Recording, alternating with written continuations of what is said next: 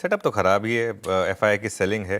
वैसे एक चीज़ बताऊं मैं आपको, एफआई की सेलिंग थोड़ी सी आपको ज़्यादा बड़ी दिखाई देगी क्योंकि वो ग्रॉस वॉल्यूम जो है वो थोड़ा सा एमएससीआई रीबैलेंसिंग की वजह से थोड़े से ज़्यादा हैं, करीब करीब 20,000 करोड़ के ग्रॉस वॉल्यूम है। लेकिन जो भी है तो नंबर सेल का ही, वो बार आएंगे आपकी स्क्रीन पर। और अब हम 3200 करोड़ के करीब की सेलिंग हमने देखी यहाँ पर। 2 दिन थोड़ी सी कम सेलिंग हुई थी, फिर वापस 3200 करोड़ हो गई और 6 दिनों में 18,600 करोड़, मतलब 3200 करोड़ की एवरेज है और 3200 करोड़ ही कल बिका। तो ये एक थोड़ा सा एक आंकड़ा जो है थोड़ा सा डराने वाला है। अब आते हैं इंडेक्स फ्यूचर्स में पोजीशनिंग पर। यहाँ पर आप देखिए कल वैसे बहुत ज़्यादा शॉर्ट ऐड नहीं हुए। कल अगर आप देखें तो ज़्यादा लॉन्ग अनवाइंडिंग हुई है, शॉर्ट तो इक्का दुक्के ही ऐड हुए। 2000 लॉन्ग अनवाइंड हुए, 600 शॉर्ट कम हुए। तो इसका मतलब इंडेक्स फ्यूचर में सेलिंग तो हुई लेकिन उतनी नहीं।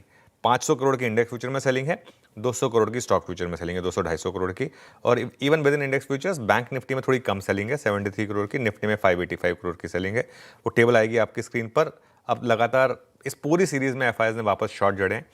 अच्छा, एक्चुअली पिछली सीरीज के लास्ट 2 दिन से सेंस बन गई थी क्योंकि पिछली सीरीज के लास्ट 2 दिन के बाद से उन्होंने बाइंग करनी बंद की थी फ्यूचर्स में और वापस शॉर्ट जोड़ने शुरू करे थे।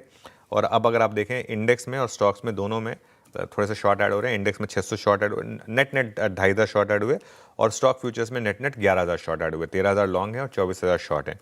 और वो जो लॉन्ग शॉर्ट का अब ग्राफ है वो देखिए अब डिप हो रहा है और अब हम 15% के नीचे आ गए हैं, 14.29% पर आ गए हैं अब हम वापस ऑन द लॉन्ग साइड। और 1,38,000 के करीब शॉर्ट्स हैं।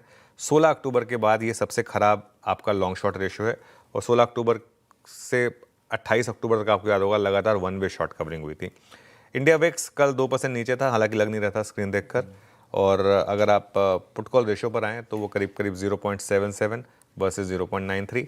तो ठीक है, सेटअप मिक्स है, थोड़ा नेगेटिव टिल्ट है, लेकिन वही चीज़ है कि बड़े गैप डाउन पर मुझे नहीं लगता कि सेल बनता है क्योंकि एग्रेसिवली ओवरसोल्ड हो जाएगी मार्केट। बिल्कुल ठीक है।